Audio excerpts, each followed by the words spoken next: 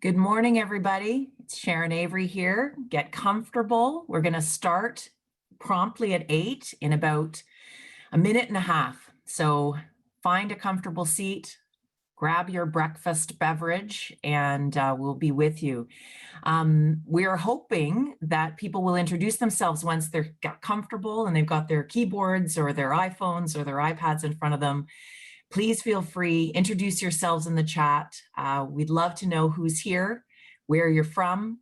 In the spirit of our Spring of Better Toronto Coalition webinars, there was nothing nicer at the beginning of these sessions than to find out who's here, greet each other. This is a community foundation for a reason.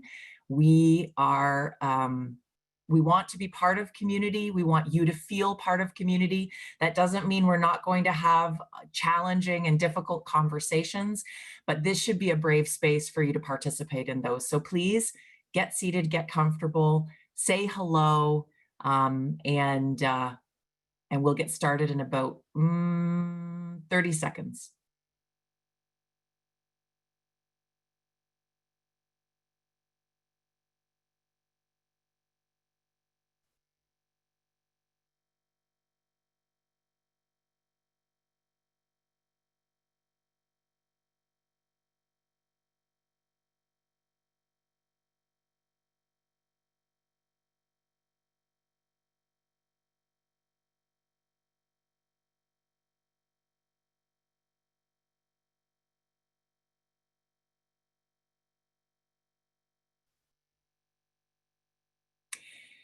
Good morning, everyone. I'm going to get started. I can see the room is filling up fast. We're almost at 200 guests so far. I know we're expecting as many as 500 of you to join us this morning, and I'm so delighted to be here. I'm Sharon Avery. I'm very proud to be part of the team at Toronto Foundation. I am not the headline today. The headline is, well, you can see them on your screen, a group of incredible leaders in Toronto who you're going to spend most of the next hour and a half with. I'm really only here to set things up and welcome you. I'll say this again as folks are joining the room. Please say hello in chat. We are a community foundation. And the thing I love about being a part of a community foundation is that we get to work with everyone on every issue. We get to connect people and be a bridge for philanthropy to really hardworking sector. And at no time has the sector worked harder than today. It has been a challenging few months, and this gathering this morning is really an extension of the work we did in the spring when COVID started, and the release of a very important report, a report, to be honest, we did not intend to be doing another report this year. Our vital signs report is typically every 2 years, and it covers 2 years worth of data. The fallout report that you should all have received by now in your confirmation email and is available on our site live at this moment, was built on 7 months of data. It was built quickly by an incredible team because we felt we couldn't let this moment pass without going deep on data around really a layered challenge between a financial crisis, a health pandemic, and a cultural revolution, a much needed cultural revolution in this city and across the world. And so that's a lot of heavy stuff to talk about this morning. And I'm so glad you decided to join us. Please introduce yourself in the chat as we get started. So I think we knew we had to do this report because we believe inequality is one of the gravest issues of our time. The pandemic we knew the pandemic would make it worse for many vulnerable Torontonians, and especially for the under the radar organizations that keep them afloat. We know for sure that in this audience today, there's a big mix of folks. We've got our brave sector leaders supporting organizations that are struggling with increased volume, challenging financial situations. And we have funders in the room as well. Those that care enough about the city have been generous already, and we hope will continue to be generous as this crisis unfolds. Our shared experience over the spring, summer, and fall made it very clear that this report was essential. that along with our own experience at the foundation with unprecedented levels of granting to frontline organizations and others who are just trying to keep the lights on, this report is arguably the most comprehensive picture of all the compounding impacts of COVID. By using an equity lens, we zeroed in on how factors such as race, income, age, and geography have influenced both whether or not you got sick and how physical distancing has affected your life too. We know this is as much a mental health crisis as it is a physical health crisis. But it is quite different in that we only zoned in on 7 months worth of data. That's very different for us and compared to the typical 2 years that we would normally do for a vital signs report. And as you're going to see, if you haven't read the report yet, the findings are stark. That's what I mean when I say it's great to be in community, but we have to have a difficult conversation. But I think it's also really important to say, especially today, that this is not our story to tell. We, as an organization, as a white leader at this time, and as you'll see in the data, 80% of the sector is led by white leaders like me. It's not our story. We're sharing this report as an expression of our allyship. We are the bridge to philanthropy, and we hope this report will center the leadership of the sector experts themselves who live and breathe the realities of inequality every day. I'd like to thank our lead researcher, Steve Eyre, and our lead qualitative research, Gobi Suriran, I'm sorry, Gobi, I'm gonna do that again. I'd like to thank deeply Gobi Suriranganathan, our lead qualitative researcher, for the intense research they did in such a short period of time. And a special thank you to Van City Community Investment Bank for supporting us in the early days of the pandemic and now sponsoring this year's report. But we really can't take a step further in this conversation without acknowledging that we are currently all working on the lands of the Indigenous family we are now find ourselves a part of, who have been here thousands of years before we arrived. And Toronto has traditionally been a meeting place for many of those communities, the Anishinaabe, the Haudenosaunee, the Huron-Wendat, and most recently, the Mississaugas of the Credit. We have to thank Lindsay Krestchmer, who's on the panel today, and a dear friend to the organization and an incredible leader in the Indigenous community in Toronto, for her leadership, especially through the pandemic. You're going to hear the amazing work the organization she represents and beyond have done to support Indigenous folks. And we are so grateful for that relationship and all we've learned about reciprocity through that work. So we've got a lot to share with you today. I could go on and on, but I think you will start with a short video that's going to give you the highlights of the report. I appreciate the report. We call it a companion report. It's 100 pages long. We would understand if it's going to take you some time to read it, although Tai Huynh, our moderator today, has already admitted to me he's read it word for word, front to back, which we very much appreciate. But we thought we'd start with a summary that just helps set the tone for the conversation Tai's going to host in a few minutes. I'll throw it to video now, Aruna.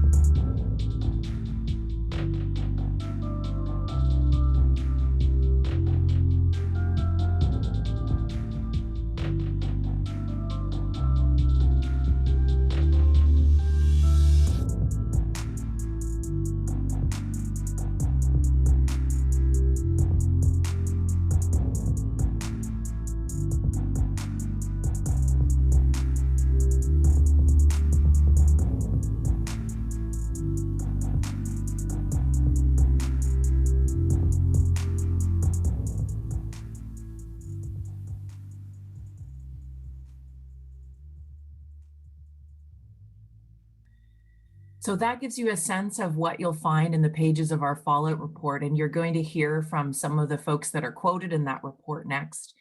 But I want to just say out loud this, why this report? Well, why another report? I think there's some key things I want those in the audience to think about as they're listening today. One, we wanted to create a really easy space for donors and funders to find the gaps that still exist during this crisis and fund them, volunteer for them, get involved with them, take action. And for our beloved leaders in the sector to try and save them some time, create a document that they could use to build their case for more funding from funders, from government, to make it easy to build that case. And I hope you're going to see that we've done that. I hope that you will give us feedback, and I hope that you will connect with each other during the call today. The last thing I want to say about chat before I introduce Tai Huynh is we have a lot of experts in the audience. If a question comes up, and we invite you to put your questions in the chat, and you are an expert in that area, you have lived experience in that area, don't hesitate to answer. We can, unlike being in a theater where no one can talk to each other when the panel's going on, you can talk to each other here, and we encourage that. And we encourage you to connect with each other. So thank you for doing that in advance and participating in your way. But I'm now delighted to introduce our moderator, Tai Huynh. He's currently the creative director at Open Lab, which is part of the University Health Network, as well as the editor-in-chief of the independent magazine that we are so proud to support, The Local. It's an award-winning online magazine that explores urban health and social issues in Toronto. And check it out at thelocal.to. And I know one of my colleagues will put that up in the chat so that you can become a subscriber too, because it tells the stories that need to be told. And we're so glad to have Tai here today as a moderator. One final thing about Tai, and I know some of the fund holders in this group volunteered for this program. During the pandemic, Tai and his colleagues wanted to help seniors. And so they created the Friendly Neighborhood Hotline, one of the mutual aid groups that has popped up this year and shows the community that we want to continue to foster in this city. And you can read more about it in our report. And with that, I'm going to turn it over to you, Tai, to take over. Thanks, Sharon, and hi, everyone. It's really great to be here. First of all, big thanks to the whole Toronto Foundation team for putting together the Fallout report, all 134 pages of it, which I read over the last few days. 134 pages of piercing insights into the knock-on effect of COVID-19. The document could not be more comprehensive, and its conclusions could not be clearer that the burden of the pandemic has not been shouldered equally across our city, and that equitable recovery and certainly an equitable approach to the second wave that we're currently in now is absolutely paramount. So well done to the whole team and everybody involved in the report. I imagine that sometime in the future, when COVID is a distant memory and historians go searching for a comprehensive account of what actually happened in Toronto in the year 2020, that this document will be something that they'll be looking for. So please download it, read it, share it, and I guess importantly, try to do something about it. So for this morning, and before we turn it over to the speakers, let's quickly go over how this thing is going to work. We're going to start by spending some time with each speaker, probing different aspects of the report. And then we've got a story to share, and then we'll get back together and have a roundtable discussion before we open it up for questions with the audience at the very end. Please write your questions down in the chat box in the sidebar as they occur to you, and we'll be tracking those and picking them up later. You note that this webinar is now webcasting live on YouTube, so please act accordingly and try to stay safe and be respectful to each other in this space. And I'm going to start by introducing our panelists one by one and hear what they each think about the report. So let's get started. Okay, let's first meet our first speaker, Agapi Gessesse. Agapi is a member of the Premier's Council on Equity of Opportunity, and Agapi has been working in the nonprofit sector for the past 10 years. Since 2018, she's been the executive director of C, Center for Young Black Professionals. The organization was founded in 2012 and operated as an initiative of the Youth Challenge Fund for 6 years before that. It's great to have you here this morning, Agapi. Let's get right to it. The first question I have for you is the Fallout report talks about how the unemployment for youth rate right now is around 18% for white youth. And yet, when you look at this number for youth who are Black, Indigenous, and people of color, that number jumps to a whopping 32%. How is your organization seeing this play out right now? Thanks for the question, and thanks for having me. I think it's important to reflect on pre-COVID, and pre-COVID Black and Indigenous youth had a very high unemployment rate compared to their white counterparts already. And I think if you look at the Stats Canada, data that has been compiled here in this report as well, but it breaks down Arab, South Asian, Black, and Indigenous youth. What do all of those groups have in common? They are all visible minorities. When you see them, you know that they are who they are, or possibly by their names, etc. And so I think that that's something to really note. I think a lot of the times, and part of the reason why it was so important for Stats Canada to start to break down based off of race, and as well as a report like this, is because we needed data, because for a long time, this seemed to have been some type of a myth, or something that people of color were, the notion that we are the first, the last hired and the first fired was something that for some reason people thought was just preposterous and we were making it up. These are the stats that tell us exactly what is going on. And I think that prior to the pandemic, one of the first things that I thought about when the pandemic hit for us as an organization is we're in the business of finding employment for young people. We identify 5 major labor gaps in the Canadian market. And the reason why we identify gaps is because we want to look at where people are not occupying space so that we can train up our community so that they can take advantage of those jobs. In the midst of as soon as COVID hit, the first thing I thought to myself is it was still difficult, but easier to find Black youth employment when everyone else had a job. Now that everyone, there's a large number of people who are unemployed, that means that once again, we're going to be put to the back of the line. And so what we're doing as an organization is really reflecting on the industries that we once saw labor gaps in. Hospitality was one of them. We're looking at our information technology programs and saying, okay, where is there very high demand so that our young people are not put at the back of the list, and how quickly can we train them so that they have a hand up on everybody else because they have the skills and they're ready to go. So that's how we're trying to navigate this. I mean, the reality is it was the same prior to the pandemic as it is post-pandemic. We just have more people who are unemployed now, which means we have a lot larger of a job to do. Mm-hmm. And this really hit close to home for you guys, didn't it? I saw in the report that of your 266 alumni, 144 of them lost their job during COVID-19. Is that right? Yeah, and I think for our membership, we're in the business of helping these young people find employment. So we've just, found everyone employment, people who've maybe graduated 2-3 years out. And now the pandemic hits, and immediately our team had to figure out and system navigate for these young folks, right? So in the beginning, to apply for CERB, you had to have your taxes done. We had to find volunteers who were going to do the young people's taxes. Some of them hadn't done their taxes in years, right? So, and then the government said, okay, no, we're going to make it easier. We're going to do CERB this way. So there's a lot of moving around and trying to navigate those spaces. And for a lot of our young people, 142 of them, we had to help them apply for EI or help them apply for CERB or figure out what benefits that they can get.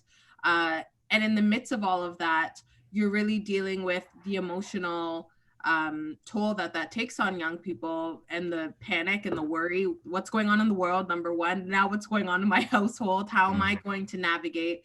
I think for a lot of our young people, And 142 is a lot.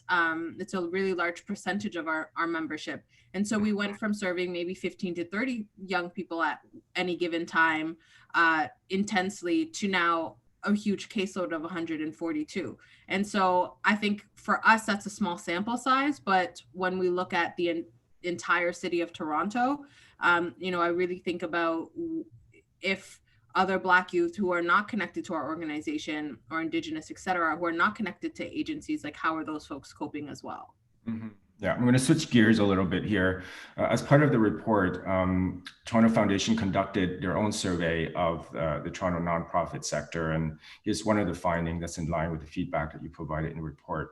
Only 18% of the largest organizations surveyed indicated that they were BIPOC-led, compared to 38% of the smallest organizations. And of course, we know that about half of the Toronto population is BIPOC. So tell me about, give me some reflections on that stat. Yeah, part of the work that we do at C is also supporting 3B organizations. So when I say 3B, I'm referring to Black-led, Black serving, and Black focus. There's a lot of amazing organizations doing the work that just can't seem to grow. They don't have the capacity and the resources or the connections because really the funding world is relationship built, right? You build relationships with these institutions and that's how you build trust and really an opportunity to prove that you are doing great work. Most organizations that are, you know, when I look at the ONNs and I look at, you know, the larger nonprofit sector as we're doing this work, I often see the Black social service sector as its own entity on its own. It has its own ecosystem, et cetera. And I strongly believe that, you know, people of color are going to be able to find the solutions for their communities. And the reality is, if we look at the stats of people who have food insecurity, have housing insecurity, these are people of color. And so why are they not leading these organizations? Because we know our communities best. There's no way that I, as Agapi Gessesse, could know what it's like to be a white man in Canada. I'll never be able to experience that till the day I die. What I do know how to experience, what I do know is I know that even if it's, and I have lived experience, but even if I didn't have lived experience, I have cousins and aunts and uncles and people in my community that I'm closely tied to that I have probably know someone or know the issues in my community. Why is it that we have folks who do not look like us? And it's not because there's a lack of talented people of color who cannot take up these spaces. Why is it that we are all, there seems to be a glass ceiling of some sort in this sector where we're unable to enter into larger organizations that are well-resourced, that have all of those things. And there's also not, I think until this moment, really an intentional effort to reach down and see what's going on the ground in these smaller organizations that are doing amazing work. And so I think what ends up happening a lot of the time in the social service sector, people are here because, you know, we're not all here for like a big, huge paycheck. Like that's, this is not the industry for that, right? So most people are here because we're passionate about it. We have lived experience. We understand our communities. We have a passion for our community. So how can we why is it that larger organizations are not being taken up by folks who are people of color that are perfectly qualified to do so? So I'm hoping that from this pandemic, when we come out and we think about equity lens in terms of employment and all of these other pieces, that we're also thinking about equity in terms of the social service sector and what agencies get funded versus not, how we're equipping organizations, because this often happens in community and we see it a lot. As you make a quota, you come into a community who you have no relationship with, you know, they didn't even know they were going to get invited. And they say, okay, we're hiring. Or for instance, with funding, okay, there's a funding call out, but there's been no intentional capacity buildings to prepare that person or that organization to be able to step into that. And that in itself is an act of racism.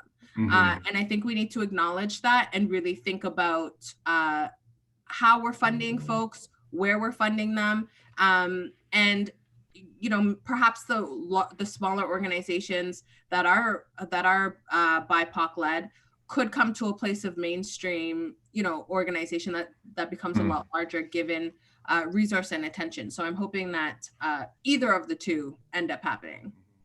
Thanks, Agapi, and I look forward to having further discussions with you in the roundtable. So now we're going to move ahead and introduce the next speaker, Mohini Datta-Ray. Mohini has been working in the nonprofit sector for the last 10 years. She was the director of the Provincial Women and HIV/AIDS Initiative before becoming the executive director of the North York Women's Shelter 5 years ago. She advocated for and led a paradigm-shifting $22 million capital rebuild and reopened the doors of the shelter 2 weeks before the pandemic. North York Women's Shelter was founded in 1984. Thanks for joining us this morning, Mohini. First question is, in March, when the city first went into lockdown, call volumes for assaulted women's helpline went up by about 50%. By the time April and May hit, those numbers went all the way up to 75%, with almost 4,000 calls monthly. What has that meant for you in your work? Yeah, thanks, Tai. Thanks, everyone, for having me here today. Yeah, it's very interesting, actually, because while the call volumes have gone up at Assaulted Women's Helpline, and as you saw, by 75%, what we're experiencing as shelter leaders in the city of Toronto is a drop in volumes of calls to actually come into shelter. So, we actually banded together as a group of shelters, violence against women shelters, to try and figure out this issue, because it doesn't make intuitive sense, obviously. But then there's something happening here under pandemic conditions that is,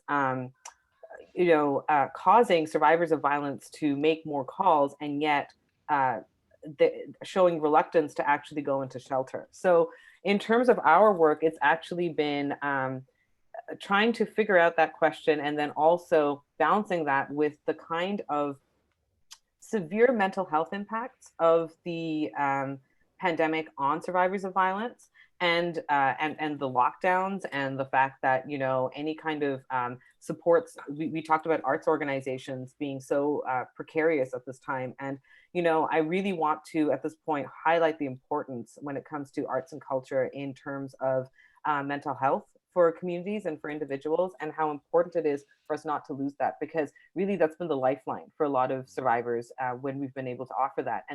And more we're having to go virtual, which creates these lack of, we talked about relationships, ability to build relationships for families fleeing violence in their homes. So in order for us to kind of understand what's happening between the gap between the calls and the intakes, we've put together this little ragtag group of shelters. We've scrounged around for some funding here and there, which speaks to a couple of things. So one is the lack of a plan, in figuring out what is happening to survivors of violence, when we know that issues like pandemics, floods, war, any kind of big crisis moment actually increases domestic violence. And we know this globally. We knew to anticipate it. And yet there isn't a discernible plan on how to address it. What we have heard from survivors is the reluctance to go into shelter right now has to do with a couple of things. So one is obviously the fear around COVID in congregate living spaces, with good reason. We've seen it across shelters in the city. The other is, as Agapi was saying, the pre-existing conditions that communities are impacted by already pre-COVID. So housing in a heavily gentrifying city, where housing is becoming so difficult to access, people are terrified of leaving really violent situations because they're not sure what's going to happen afterwards. And we know that communities of color in particular are being pushed out of the city. Where we're located in the Northwest. We saw the map. Rates of COVID are 10 times higher there. And so it means that, again, with good reason, the conditions to the deal to come into shelter means that you have to agree to a level of lockdown that, again, is very unacceptable, right, for a lot of people. So really what we are advocating for is a few things. So one is, investing in the infrastructure in the neighborhoods and these communities and these organizations that has been lacking.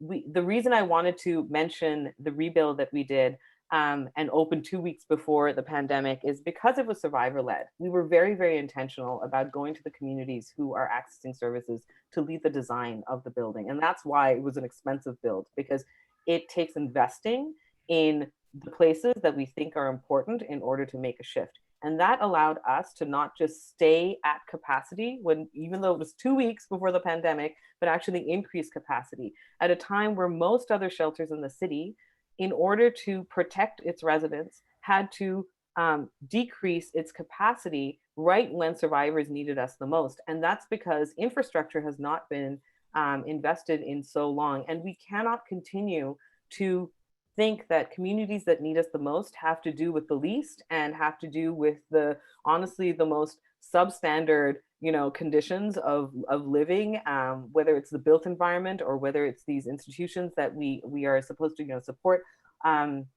these communities, and that's going to that's acceptable anymore. So it's not acceptable from an equity lens, and equity is about shifting power back in from the center to the margins, and it's really a lens that I think we need to be very serious and intentional about.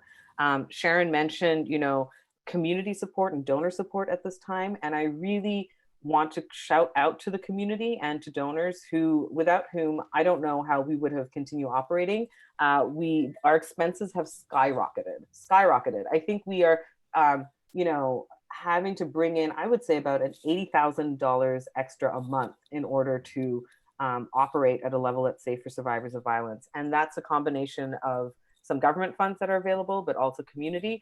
But we need a plan, and people need to know what that plan is, rather than, us, again, like I said, scrounging around trying to look for dollars where they're available, and donors having to make decisions, based on kind of individual interest as opposed to a larger equity-based direction and messaging that comes from government. Great. Thanks, Mohini. We'll certainly come back to some of those themes later in the roundtable. Now let's chat with Ammanuel, who has been working in the sector for 25 years in various roles, including philanthropy. Ammanuel has been appointed by the mayor to the Partnership and Accountability Circle of the City of Toronto's Confronting Anti-Black Racism plan. Currently, he's the executive director of the Network to Advance Black Communities and principal at Amman Consulting. Welcome, Ammanuel, and let's jump right into some of the data. Only 1/4 of Black Torontonians believe that police treat members of their community fairly, compared to 3/4 of, let's say, white Torontonians. The stats underscore why this is the case. Just looking at one data point, Black residents are 20 times more likely to be shot by the police. And you've got the Wellesley Institute publishing a report not too long ago showing that following the previous recession, we saw rates of eviction twice as high in predominantly Black neighborhood. The threats to the safety and security of Black Torontonians seems abundantly clear. So how do we address these deep-rooted issues in a real and meaningful way?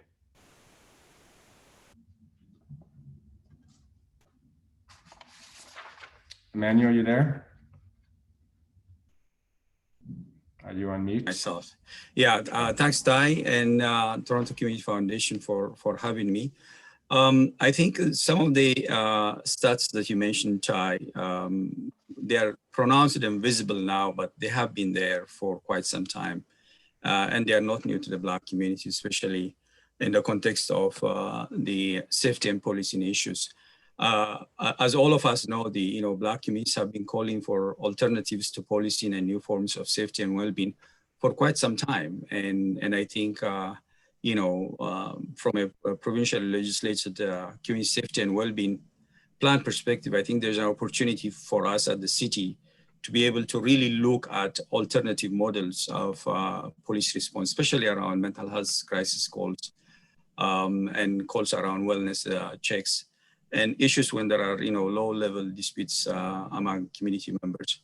So I think for a real solution here, we need to be able to go back to the drawing board and engage the City of Toronto and others from a policing perspective, including the mayor and the police services, and have the difficult but necessary conversations.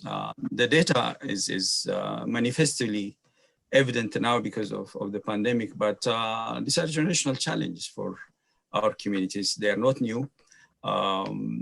This week, sadly for my family, we mark the second year anniversary of a young person who lost it in our extended family, a close friend of my son, who lost his life to gun violence, and the pain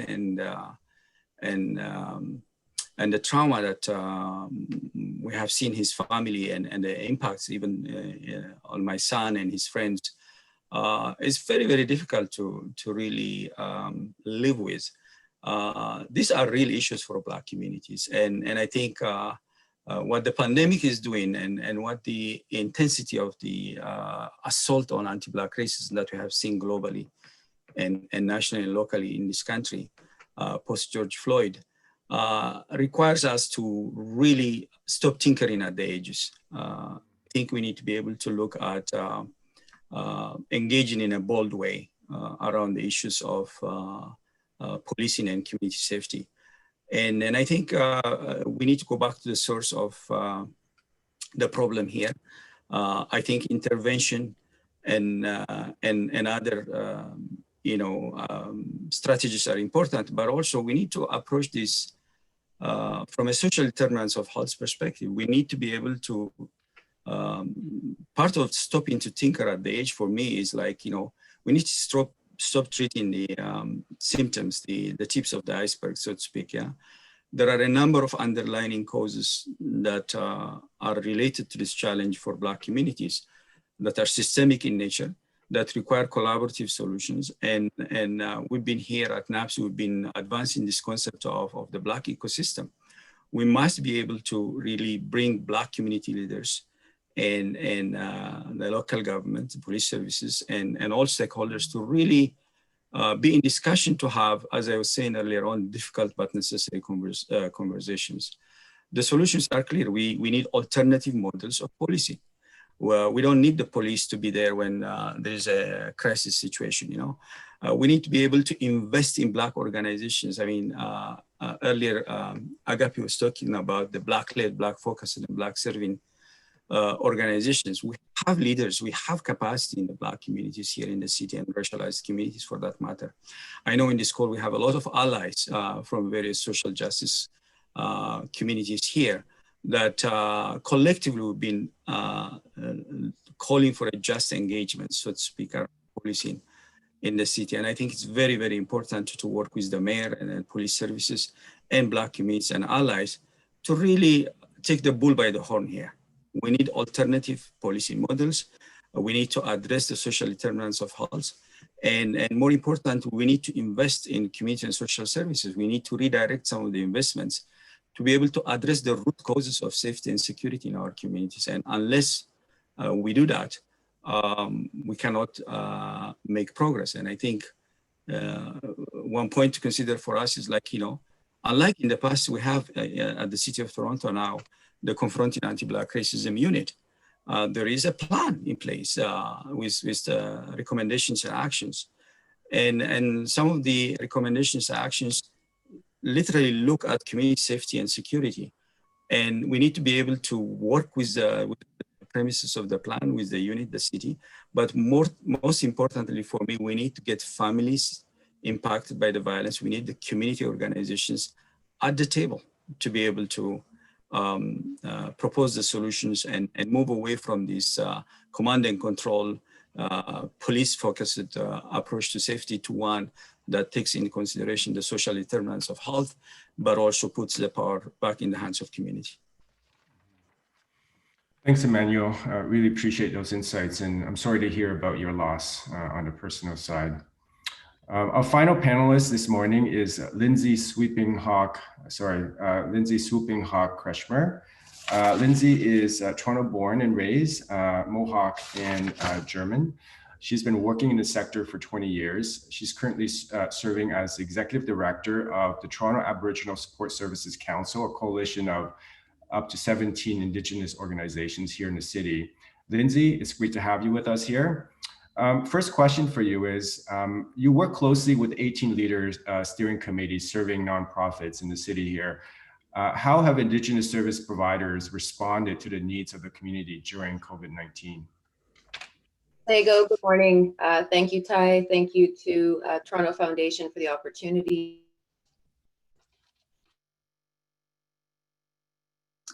There we go. Can you hear me now?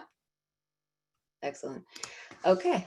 So in answer to the question, Tai, I think for the urban Indigenous social serving sector in Toronto, one of the first things I think I would point out, for us, it was really a matter of acting quickly, swiftly, and responsibly to address the varying needs across the city of Toronto for urban Indigenous folks who were affected most by the pandemic. It's an interesting sector, you know, the Indigenous social serving sector and sort of extended community beyond that sector alone.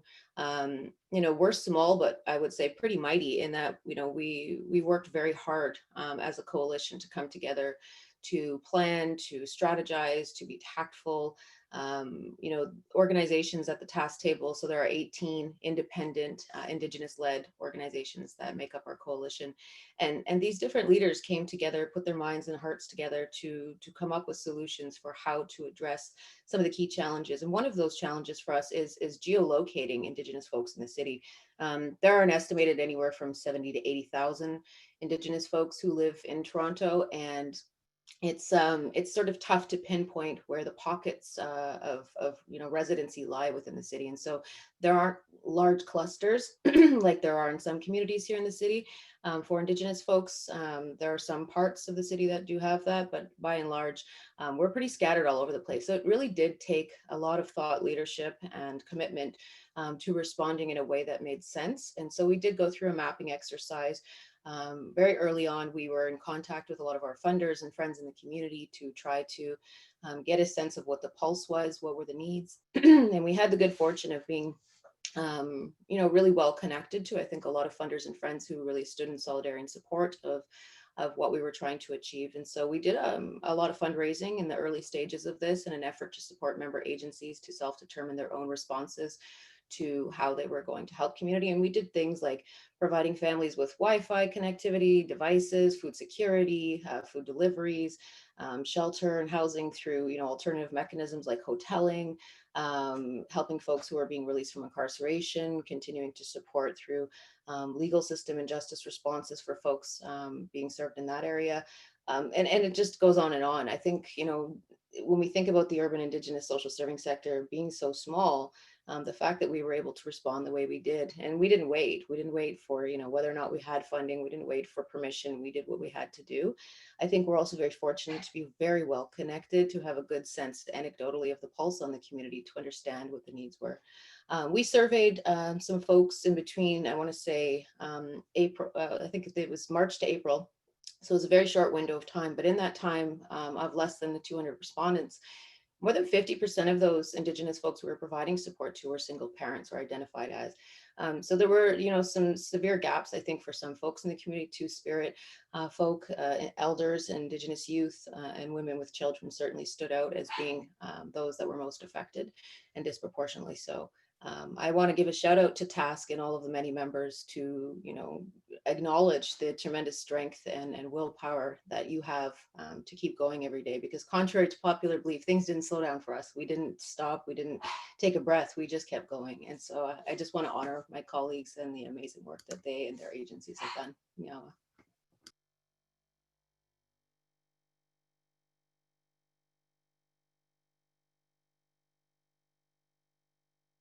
But you know, it's a perpetual issue here in the city, trying to have a sense of what the true impact is on this community when we don't have all the facts or the data at hand. So we'll come back to that. So thanks, Lindsay. And now I think we want to, before we move into the roundtable discussion, Toronto Foundation does have one more voice it wants to bring into the conversation, and that's the voice of a young Indigenous woman named Jamie. Jamie is currently being supported by the Native Child and Family Services of Toronto organization. Here she is in her neighborhood sharing her own experience of life during COVID-19. So we can cue that up, please.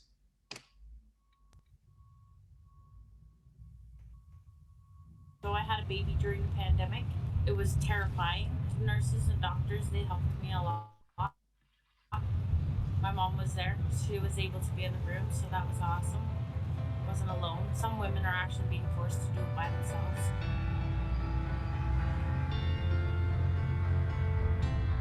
I'm a single mom, so I get to spend the whole day and night with my baby. Wake up, feed her, we watch the Wiggles. I like to watch the Wiggles too. I do activities with my daughter. We did paintings, go for walks, just hanging out with my baby. I video chat my mom every day. I have been seeing my mom once in a while, but I like try to be very careful with it. I didn't get a baby shower and nobody really got to come and see the baby, so that was hard for me too. The fact that I'm a single mom and I can't really have my family around, just being on my own with the baby is hard without pandemic.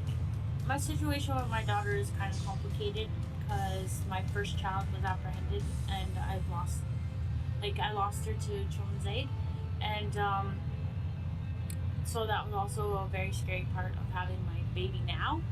And I got to be able to keep her at home and raise her. I have Susan, my prenatal worker at Native Child. She's my Ninoshe. I kept in contact after I lost my daughter with Native Child and Family Services, and that was like 2014, so I still have a lot of connections over there. And when I got pregnant with my daughter this time, I wanted to make sure that I didn't lose her, so I reconnected and I've had nothing but supports.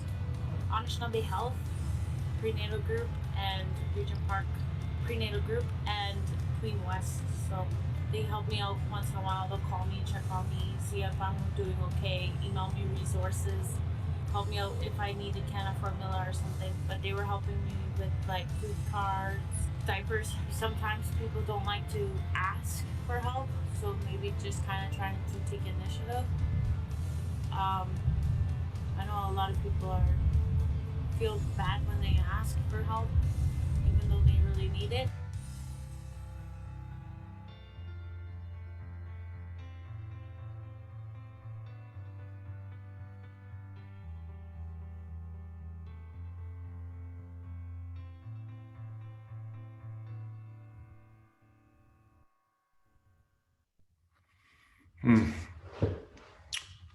Jamie is not obviously here with us today, but I think we all appreciate the kind of courage it took for her to share her story, her intimate story about life in the city during this very difficult time. So thank you, Jamie, for that.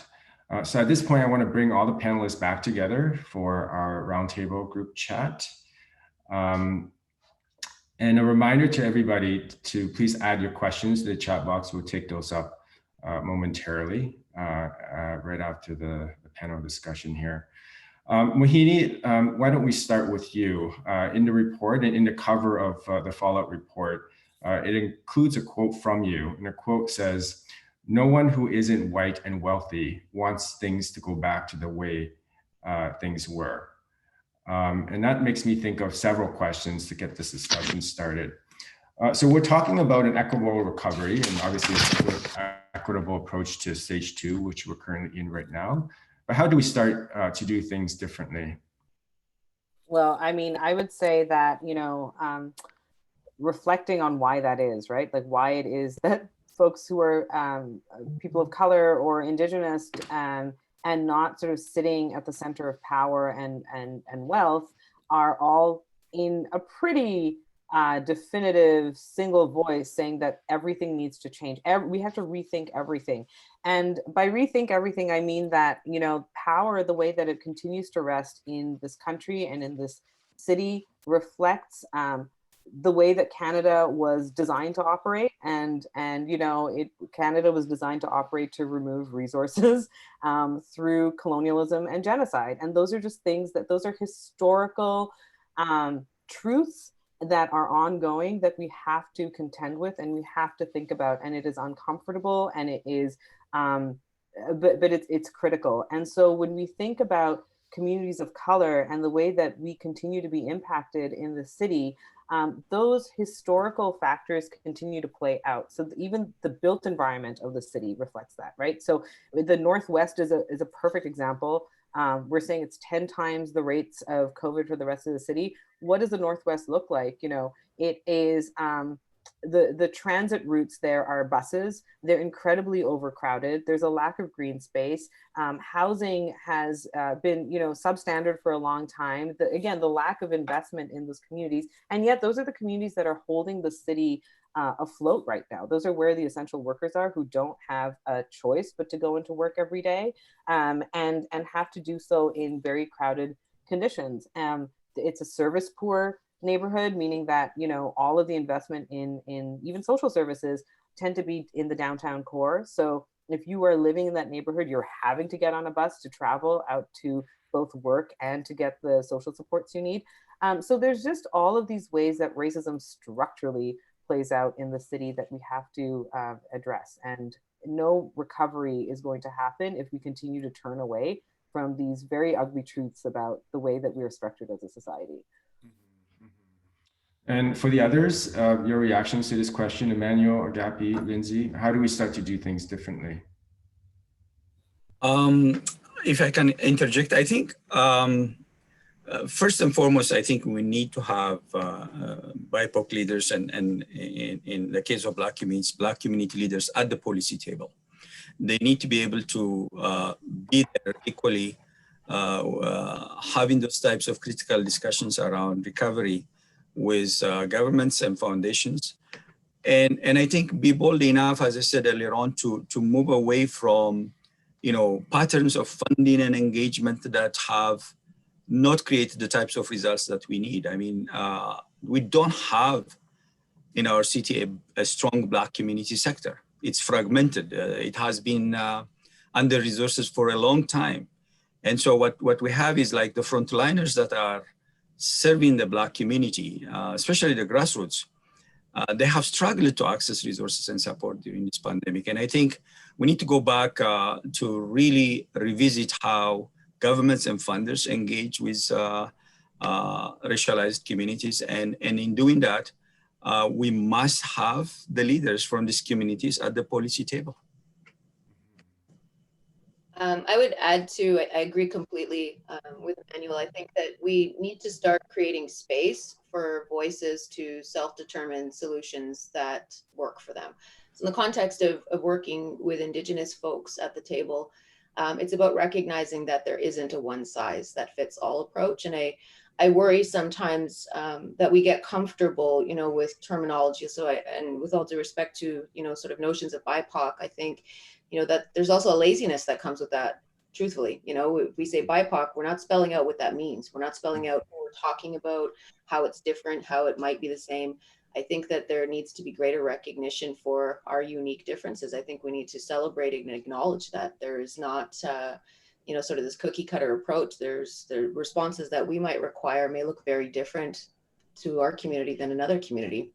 And some of it may look the same given the high degree of intersectionality that occurs as well. So I think we should be mindful of first and foremost, the history here. And to Mohini's point, you know, Canada has a long history and legacy around colonizing Indigenous folks. And so, and it's not a history either, it's a contemporary issue for us. And you certainly can open a newspaper and see that at any given time in any part of Canada, Indigenous folks are still fighting for rights that are unique to Indigenous folks alone.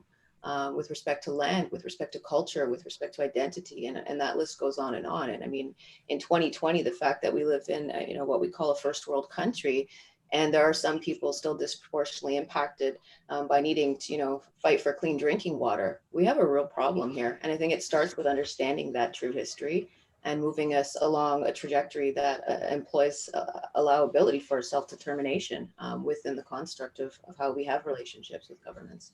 And that really starts by creating space for Indigenous folks at the table, and not space for one seat, because I think that's too comfortable, that's too easy. And one person does not speak for us all. Certainly, I don't sit here and speak for every Indigenous person today. I speak only from my own experience. And so I think it's about being mindful and respectful of creating, you know, more than one seat. And that, you know, infamous quote about sort of, you know, having to bring your own chair, a folding chair. I think, you know, bring many chairs. for all communities that are being underserved and that haven't had a voice historically. Agapi, anything to add here? I mean, I would just say, I've said this like many times before, but I really think that we have a unique, everything that we're talking about is not new. I think it's been heightened by the pandemic, but how Indigenous people, how Black people have been treated in this country is not a secret. It's very evident. And I think that we need to think, if we look at the incarceration rates, if we look at child welfare, if we look at all, the stats have already been there. I think now the masses have it.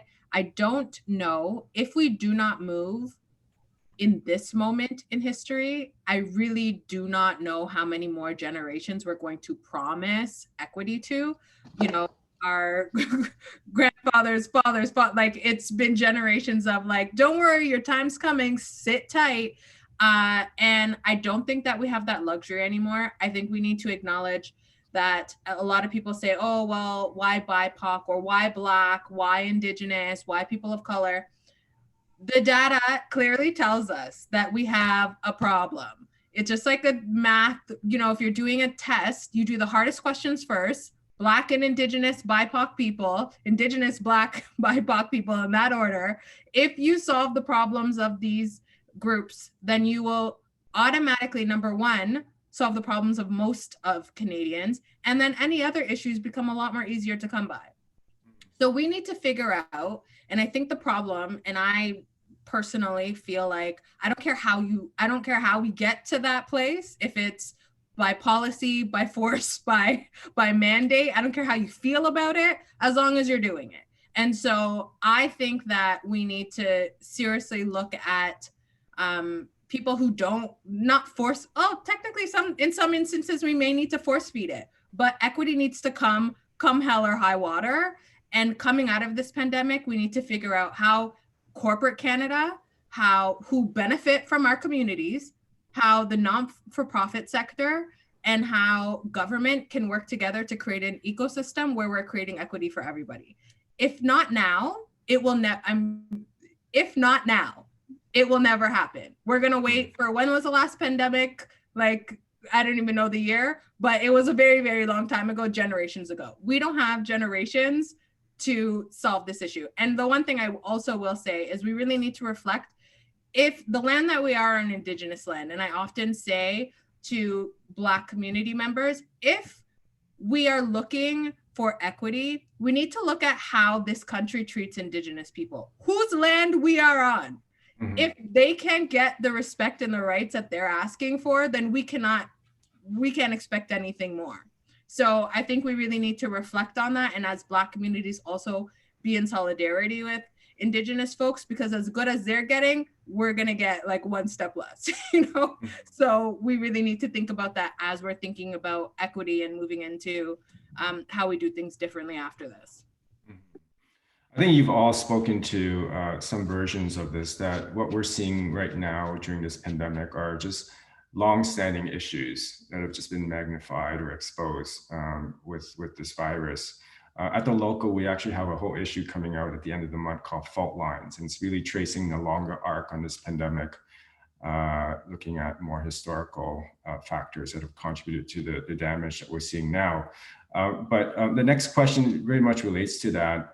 So these are long-standing issues, but how do we ensure that there's more accountability for measurable change going forward? I'm just going to jump in and answer that. I personally think that we need to start in corporate Canada and government everywhere where you're hiring folks. I really think we need to start imposing diversity audits. Just like every year, not-for-profit or charity comes in and they pick up a receipt, they ask you questions about your finances, what did you do, what was the process, etc. The same thing needs to happen when it comes to equity. I think that we need to look at how we're hiring people, and I think this is the other piece, is that often people are saying, oh, well, we just can't find any people of color who are qualified. Okay, well then I need you to document where you're actually reaching out to these people.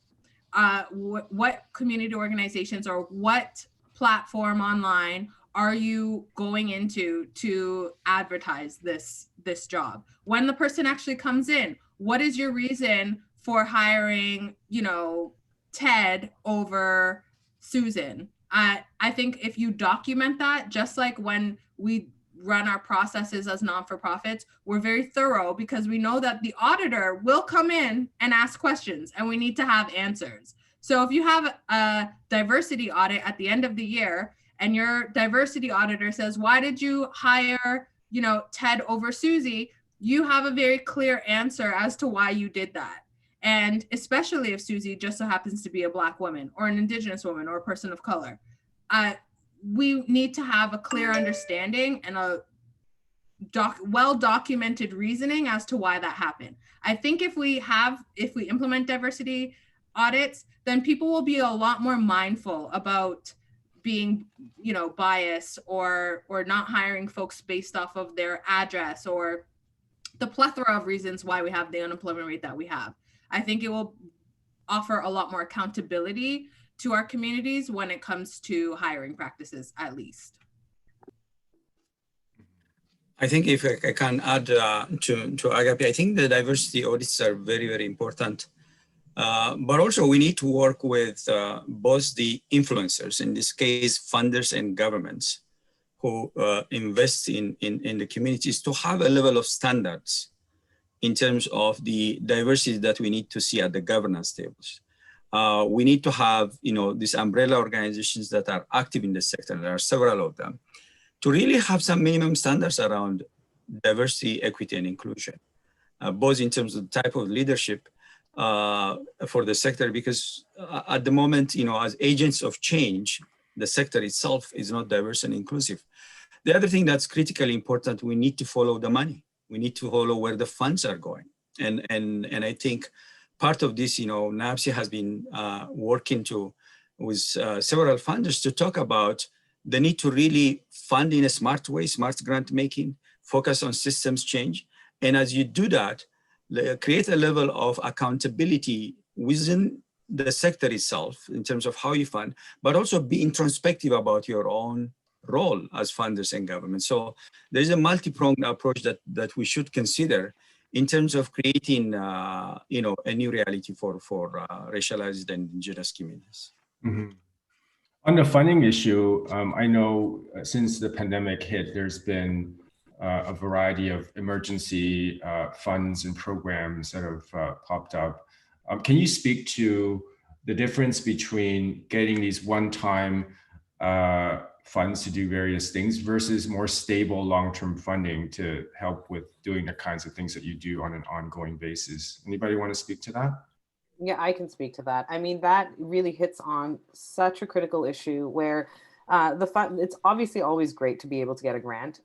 However, when you get one with, you know, March 31st deadline, by which that program that turns out to be great, it's critical, you know, it's centering your service users, it's equity-based, and then you have to end it and then spend all of this energy that you could be spending actually as an organization advocating for larger system levels change, or, you know, watching your community respond, evaluating programs, seeing where you need to, you know, respond differently, what works, what doesn't. And instead it keeps you in this continuous cycle of chasing money, you know, trying to fit yourself into the version of whatever donor it is that has the money, wants you to be. And so it becomes very sort of at the whim also of donors and their different, you know, perspectives and life experiences. So it's not sustainable. It really takes power away actually from communities and nonprofits, and it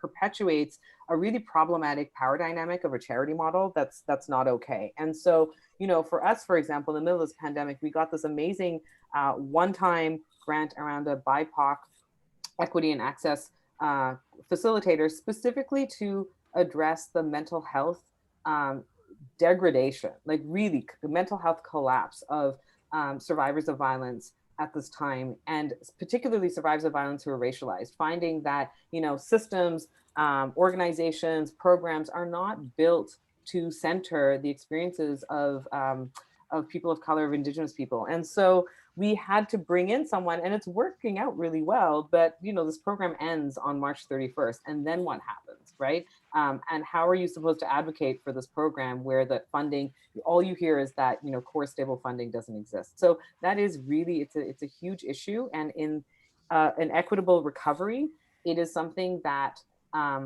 governments need to put a gender, an equity, or race lens around their funding, invest in what they want, the changes that, not what they want, what people want, what we want to see happen differently. And these equity recovery plans have to center people over profits, just across the board. And so that stabilizing of nonprofits and of communities through investment is critical.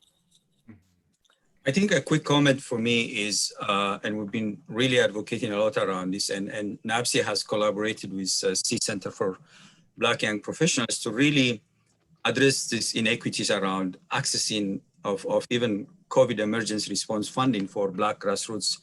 And we had to come with alternative ways, cluster application process and so on, to facilitate pathways to funding.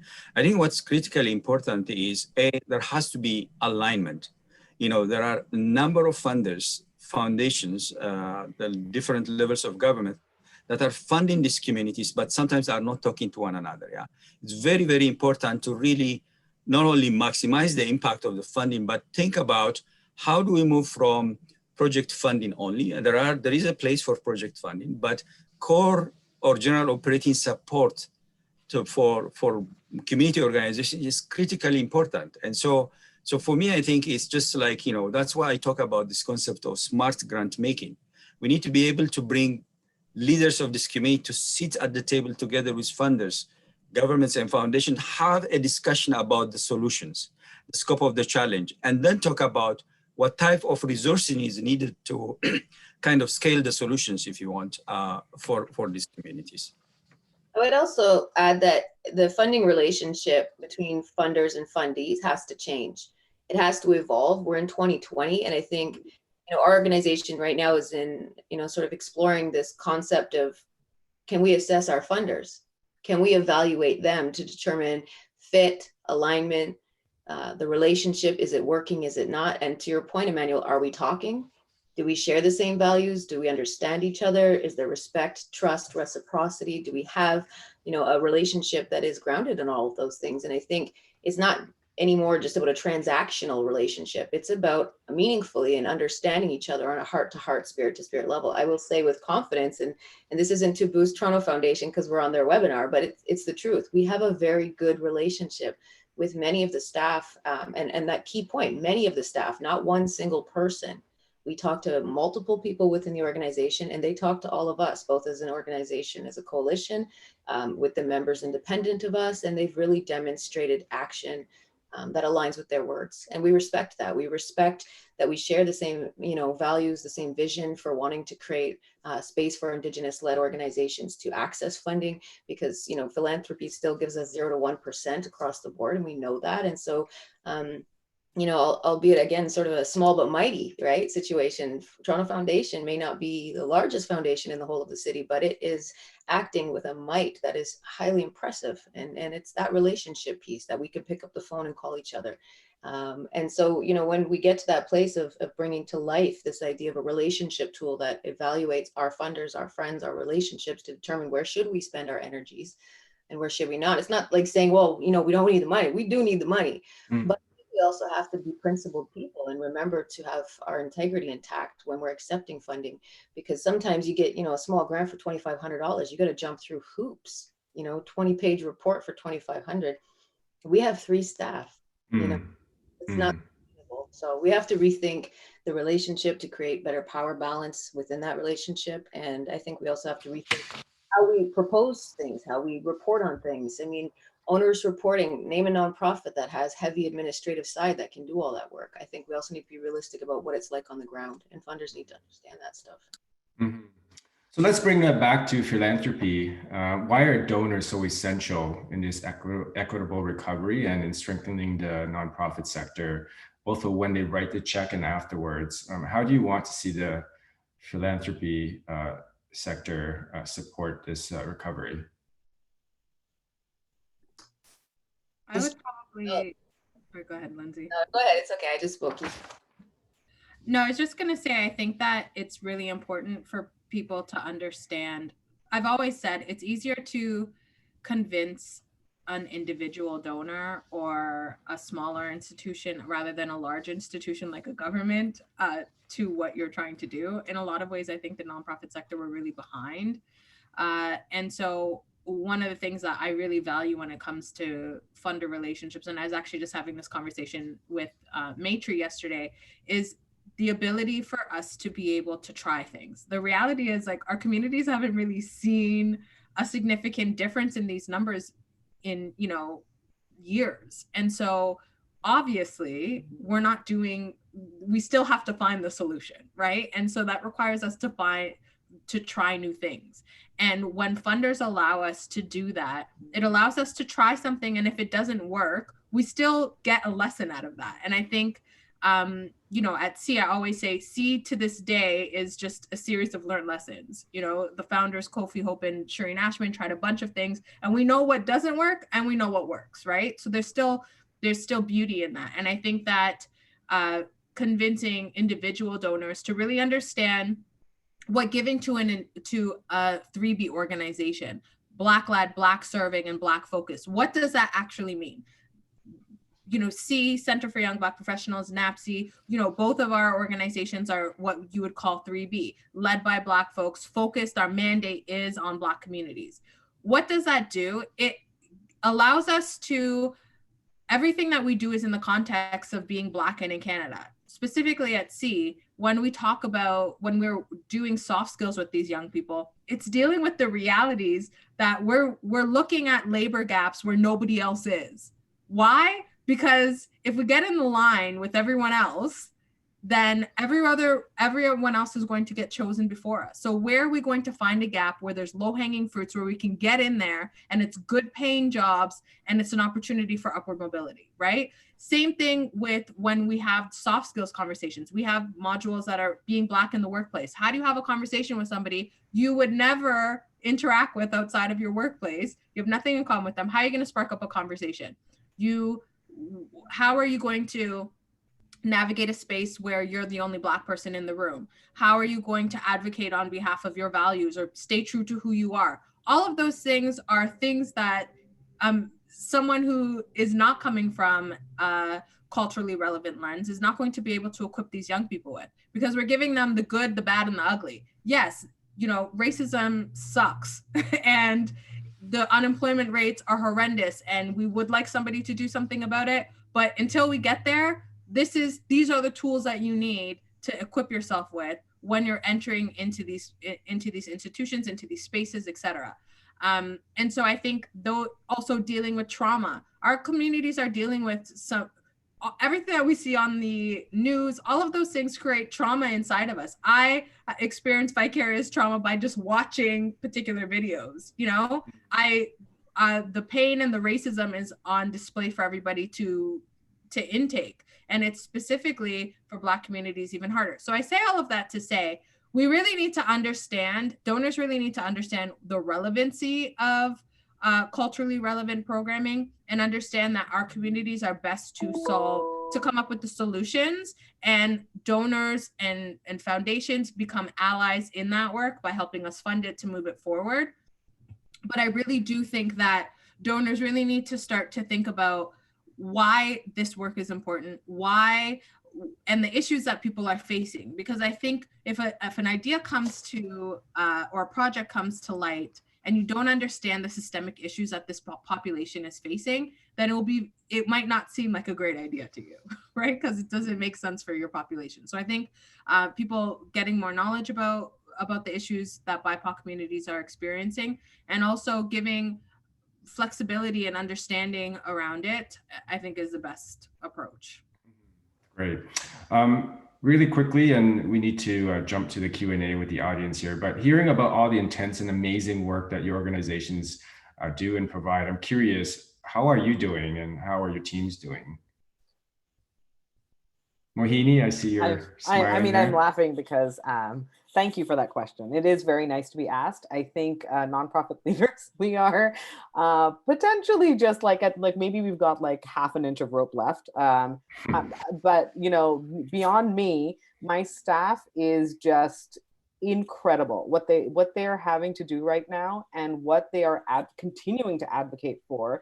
I don't know how they come to work every day and do the volume of work that they do, find the creative solutions that they have to, because everyone is doing way more with way less. And while the demands, I mean, with an anti-violence organization, something I meant to call out is like the viciousness of the violence that survivors are coming in with is off the charts. And it's, you know, levels of vicarious trauma around violence in front of you. It's levels of vicarious trauma watching people's options disappear, you know, housing disappear, and working in that field every day with people you really care about in your communities. You're often from the community, has just been an incredible toll. So it's a really, really difficult time. And I think as we have this conversation about equitable recovery, really also keeping in mind those frontline workers, those essential workers who are putting themselves, you know, on the line so that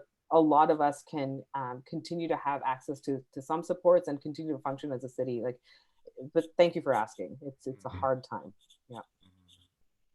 I think quickly, Tai, I need to give credit to some, obviously to my staff and how we've been pacing our work.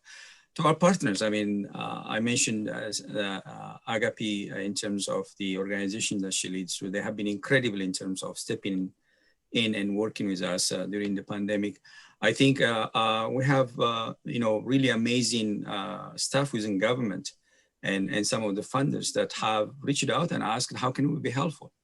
And the level of flexibility that they have shown during this pandemic needs to be named and acknowledged. So thanks for asking, but I think there are a number of things that have happened in the relationship that we have with funders and Black leaders, allies that like ONN and so on, that I know Cassie and Urban Race Relations and others that have made our work easier. Great. So let's at this point open it up for some of the Q&A from the audience. There's a ton, so we obviously can't answer all of them, and I hope that the Toronto Foundation team has been active in fielding and answering some of the questions. So the first question I'm going to take is from Amber Morley, and it relates back to the very first question I asked you in this roundtable. Representation of BIPOC leaders with lived experience at decision-making tables and elected office is critical to progress on so many levels: policing, housing, access to recreation, etc. How can we better support racialized folks, especially women, in leadership pursuits? I think we need to think differently about credential criteria for starters. I think within Indigenous concepts, for some of us, there's the notion of gifts, those natural gifts that you're born with, that you come here with. And so we are conditioned to a Western view that you must look at someone's resume to determine how well decorated they are to get them a seat at some of these tables. And I think that's the failing of society, because we are missing out on a whole plethora of folks who have tremendous things to offer us as communities. I think we in sort of nonprofits, and I don't speak for all of us, but certainly I think we value that. But others who are at sort of that policy or big P policy decision-making sort of space, governments, funders, and beyond, creating space and opportunity to see it differently. I actually could care less what a resume says. I want to know who you are as a person and what you bring to the table. And I think lived experience is something that, you know, you can't learn that. You can't read about that. You can't learn that in a book. With all due respect, you walk that every day, right? Some people have PhDs in life and there's no letters beside their name, and you got to respect that. It's important. Okay. We have a question from, I hope I get the name right, Merle Chris, to the panelists here. Have your priorities changed in the last 6 months, or is it that the problems have become more intense? I would say our priorities have changed tremendously in terms of, I mean, these are all issues that have been there in the past.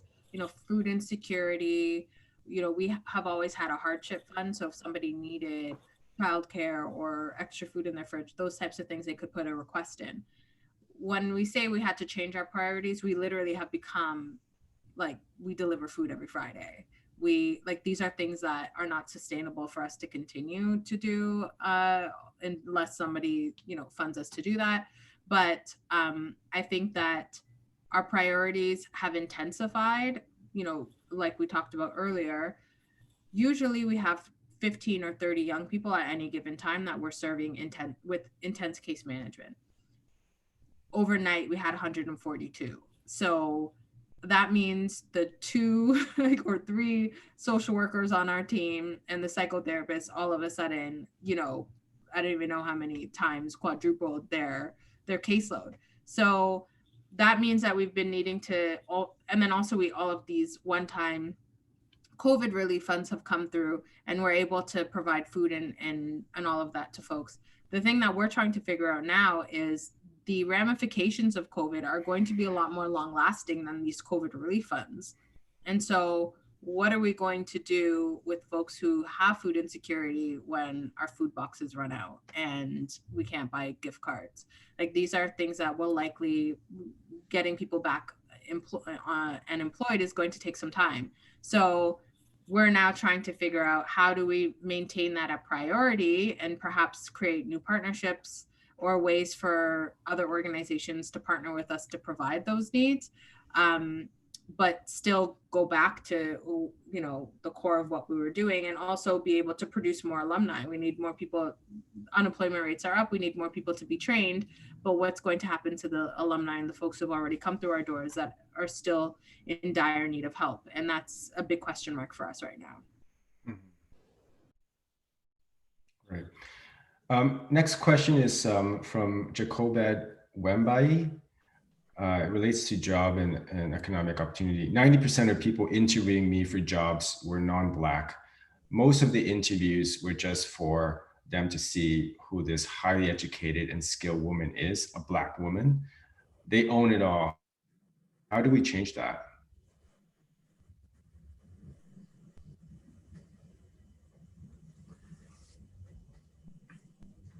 Agapi, do you want to address that? I was calling your name. Okay, thanks,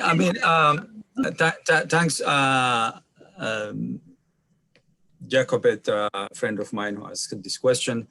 That's the challenge that we have, and I think that it goes back to really some of the points that Agapi was saying earlier on in terms of, revisiting our hiring practices, and I think people like Jacobet and others that bring a lot of years of experience and education, they should be able to really be there and recognized for what they offer and hired for who they are, rather than, put on the periphery because of frankly speaking, the skin of their, the color of their skin. So some of the things that we need to do, obviously, we need to be able to go back and bring employment equity again here. We need to be able to really, work with the corporate sector and governments and employers to introduce this type of hiring practice that address unconscious bias. And, we didn't speak a lot today about how at the root of all this is a specific form of racism we call anti-Black racism. And we need to be able to really pinpoint to how this manifests in the process of alienating people in employment and keeping them on the periphery. So my recommendation here is to be able to really continually fight the type of anti-Black racism that manifests in the employment sector, but also creating those pathways for support for people like Jacobet, where their credentials and experience is recognized. I think TRIAC comes to mind, for example, the Toronto Region Immigrant Employment Council, which tried to bring together employers and corporate sector governments to deal with the issue of the exclusion from the employment of internationally educated professionals. So that approach for me is also something that maybe we need to almost bring a TRIAC model to addressing some of the systemic challenges that we see in Black communities and racialized communities. Great. And with that, I think we wrap up this portion of the agenda. Thanks, Emmanuel, Mohini, Lindsay, Agapi. Very insightful discussion and not nearly enough time to talk about everything. And thank you to all the audience members for putting in their questions. And of course, there's a very lengthy report that you all have now that would dive deeper into some of these issues. So with that, I'm going to turn it back to Sharon to wrap things up. Sharon? Thank you so much, Tai, for your thoughtful moderating. And wow, I've just, I actually typically participate in the chat a lot more, but I was so taken in by this conversation. And I want to highlight the 4 things that really stood out for me, although it was really hard to choose the messages I think we need to leave with today. And so I want to start with Mohini's bold challenge that everything needs to change. And I'm here I sit in the privileged role as a white, affluent leader of an institution, one of the 80% of the big institutional leaders in the data. And I think we all have to increase our white consciousness, and we all have to take on this bigger challenge. Emmanuel, building on that we need to stop tinkering at the edges, and we need to start drilling down. Enough solving the symptoms. Let's get to the core solutions, and let's get the right people at the table for that conversation. And Lindsay, who we just value your relationship and all that we have learned, the idea of a circle of a large number of chairs. This isn't a one-seat solution. This isn't tokenism. This is real relationship and an opportunity for self-determination. And I love the idea of funder assessments. We got to talk about that one. I think that's really interesting and could become a fascinating extension of vital signs work in the future. And then finally, Agapi, wow, if not now, right? If not now, we cannot, what is it? How many generations more can we promise a change in equity to? How many more? And with that, I think I couldn't sum up this conversation better. And I am so grateful to be in a sector with this kind of powerhouse expertise. I think that if there are funders and donors on this call, I hope you are listening so deeply to what this group and so many of the organizations that are out there on the front lines of these issues, the power of what they do. And they're not the big institutions. They don't sit on large endowment funds. They need your support more than ever before, and they need it undesignated. They need it to operate core funding. It needs to be multi-year. And I know so many of our fund holders do that, but I put that call out every time because that is an easier action for everyone to participate in. But what I love in the chat is how many connections were made today, ideas for engagement and volunteering beyond the dollar, because philanthropy isn't just for rich people. Philanthropy is a way of being. It is a caring for humanity. And that's really at the end of the day, what we want this report to inspire and this work. In 2 weeks, we'll be doing this again with more folks and more issues. Thursday, November 26th from 8 to 9. We hope you will join us to talk about 4 scalable ideas. You will be getting a follow-up email from today's conversation that will include the recording and an invitation to join us again. And please, if this has been useful to you, tell others, invite them. You don't have to be a grantee or a fund holder at Toronto Foundation to come and be a part of this conversation. We have a vision to engage large groups of philanthropists. And I've already told you that our definition of that isn't about wealth. It is about a commitment to being a part of a community and supporting each other and creating a more equitable future for all of us. So thank you so much for joining us today. Thank you, Tai, for your brilliant moderation, and all of our guests and all of the folks that have stuck around for the full 90 minutes. Stay healthy. We're going into the second wave. Stay healthy, stay together, stay connected. Hope to see you again in 2 weeks. Thanks, folks.